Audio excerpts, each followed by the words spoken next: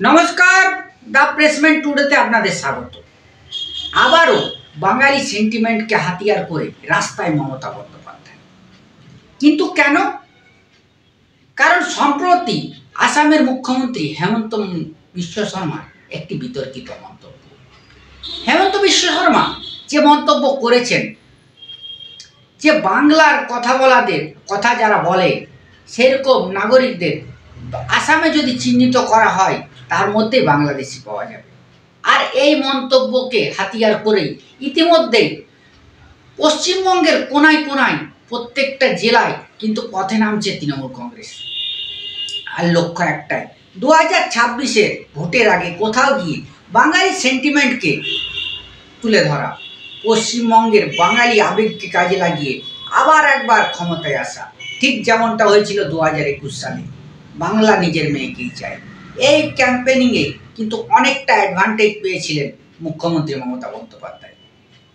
আর এবারও সেই একই পথে তৃণমূল কংগ্রেস, কিন্তু এবার স্টাইলটা একটু অন্য।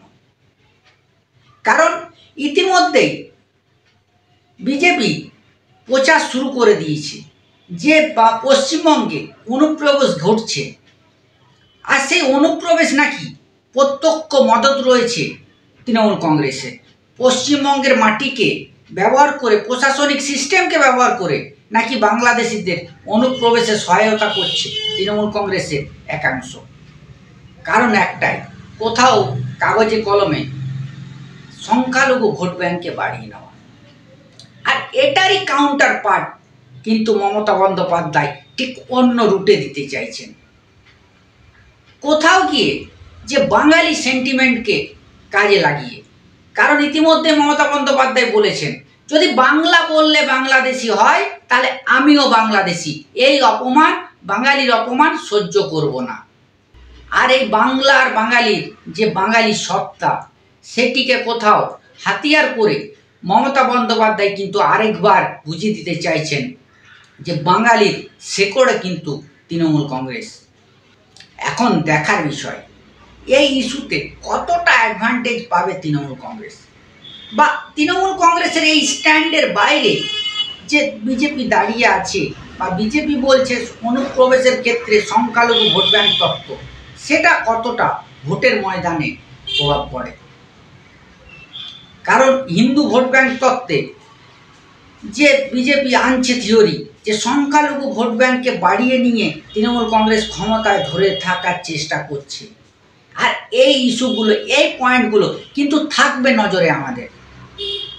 কারণ ইতিমধ্যেই শ্রমিক ভট্টাচার্য থেকে শুরু করে সুকান্ত মজুমদার, শুভেন্দু অধিকারী সবাই একযোগে এই অনুপ্রবেশ ইস্যুতে কিন্তু আক্রমণ করছে তৃণমূল কংগ্রেসকে।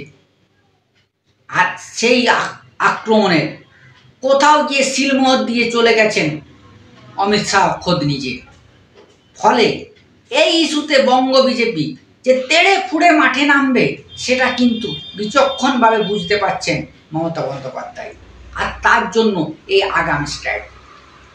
এখন দেখার এই যুযুধান দুটি দল, তাদের দুটি পরস্পর রাজনৈতিক বিরোধী অবস্থানকে সামনে করে কতটা ভোটের ময়দানে এই ইস্যু নিয়ে ভোট বক্সের লাভ তুলতে পারে। কারণ পশ্চিমবঙ্গ বাদ দিয়ে বাঙালি যে শুধু পশ্চিমবঙ্গে সেটা তো নয়, ত্রিপুরা, আসাম সহ ভারতবর্ষের নানা প্রান্তে বাঙালি রয়েছে। কিন্তু সত্যি যদি বাংলা কথা বললেই বাংলাদেশি তকমা সেটে দেওয়া হয় বা আক্রমণ করা হয়, সেটা কিন্তু সাধারণ বাঙালির পক্ষে মেনে নেওয়া একটু কঠিন হবে। আর সেই রাগের প্রতিফলন কি বিজেপির বিরুদ্ধে নিজেদের দিকে আনতে পারবে তৃণমূল কংগ্রেস?